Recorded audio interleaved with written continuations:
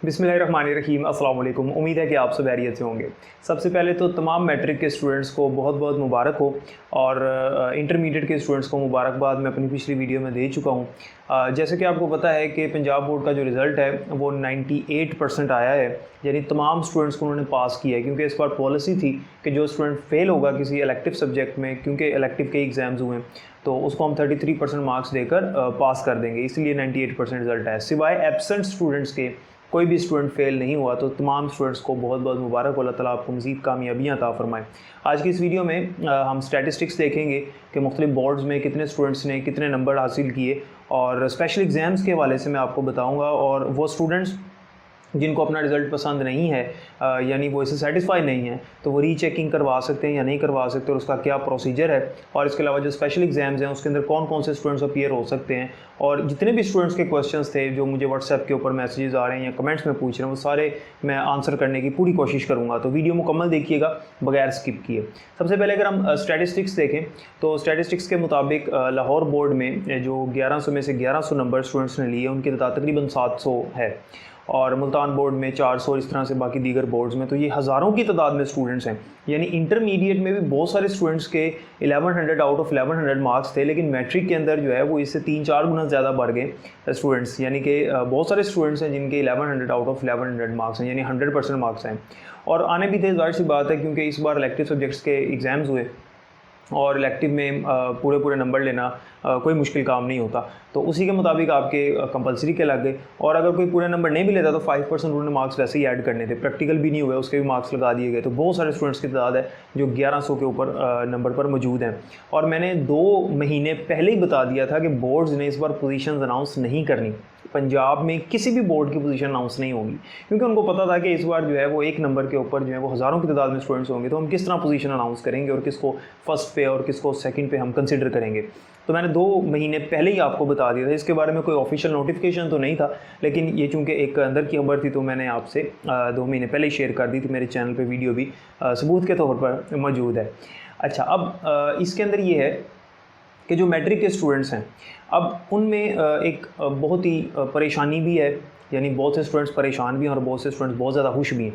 यानी अगर किसी के इलेक्टिव सब्जेक्ट में नंबर अच्छे आए हैं तो उसके तो मार्क्स जो हैं वो बहुत ज़्यादा बूस्ट कर गए हैं, लेकिन अगर किसी एक इलेक्टिव में भी नंबर कम आ गए हैं, जैसे अमूमन मैथ के अंदर नंबर कम आते हैं, तो मैथ में नंबर कम आए तो ओवरऑल उसके इलेक्टिव की परसेंटेज कम हुई, तो ऑटोमेटिकली कंपलसरी की भी परसेंटेज कम हो गई और उसके बहुत ही कम नंबर हो गए। तो वो स्टूडेंट्स जिनके थोड़े से कम नंबर थे इलेक्टिव में, उनके काफ़ी ज़्यादा कम हो गए, और जिनके थोड़े ज़्यादा नंबर थे उनके काफ़ी ज़्यादा नंबर जो है वो ऐड हो गए।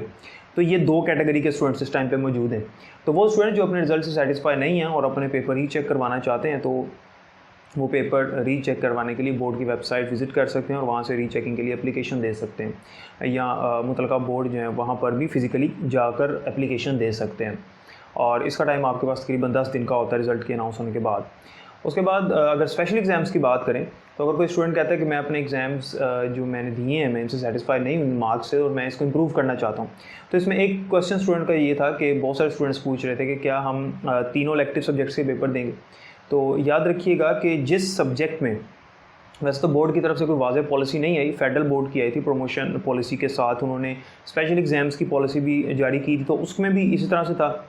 और होप्स हो के जो पंजाब बोर्ड्स हैं उनमें भी ऐसे ही होगा और ज़्यादातर चांसेस ही हैं। वैसे ऑफिशियली उन्होंने अभी कोई अनाउंसमेंट नहीं की और इंशाल्लाह जल्दी वो अनाउंसमेंट करेंगे स्पेशल एग्ज़ाम्स के हवाले से, तो फिर मैं आपके साथ दोबारा उसकी सारी डिटेल शेयर करूँगा। तो उसमें ये है कि आप अगर किसी एक इलेक्टिव सब्जेक्ट का पेपर देना चाहते हैं स्पेशल एग्ज़ाम्स के अंदर दोबारा से, तो आप उसका रिज़ल्ट कैंसिल करवा के दोबारा से उसके पेपर दे सकते हैं स्पेशल एग्ज़ाम्स में। ज़रूरी नहीं है कि आप सारे इलेक्टिव सब्जेक्ट्स के ही पेपर दें। इसके अलावा जो क्राइटेरिया होगा आपका मार्क्स का, वो सेम वही होगा जो आपका एनुअल एग्जामिनेशन में था, यानी स्मार्ट सिलेबस को ही फॉलो किया जाएगा और आपके इलेक्टिव सब्जेक्ट के ही पेपर होंगे दोबारा से, कंपलसरी के नहीं होंगे।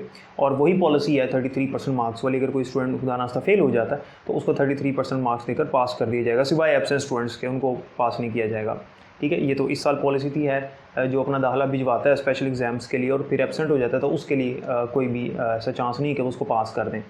और इसके अलावा अगर स्टूडेंट्स ये पूछते हैं कि क्या हमारे जो इलेक्टिव सब्जेक्ट्स हैं उनके मार्क्स के बाद जो 5% हैं वो भी ऐड होंगे स्पेशल एग्ज़ाम्स में, तो बिल्कुल 5% मार्क्स जो हैं स्पेशल एग्ज़ाम्स में भी वो ऐड ज़रूर करेंगे आपके।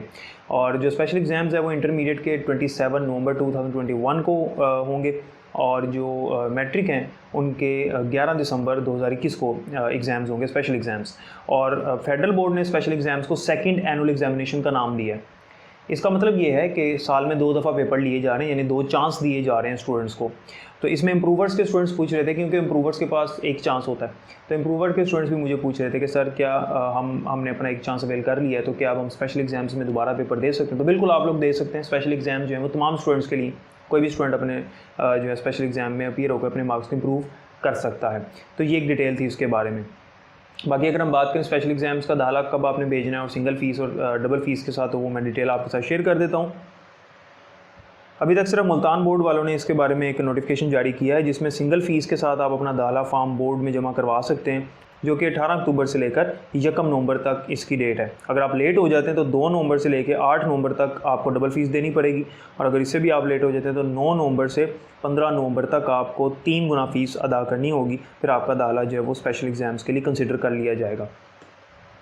तो उम्मीद है कि हर चीज़ वाज़ेह हो गई होगी स्पेशल एग्ज़ाम्स के वाले से। इसके ऊपर मज़ीद कोई नोटिफिकेशन आएगा बोर्ड का या कोई भी अपडेट आएगी तो आपके साथ ज़रूर शेयर करूँगा। अपना बहुत ख्याल रखिएगा। अल्लाह हाफ़िज़।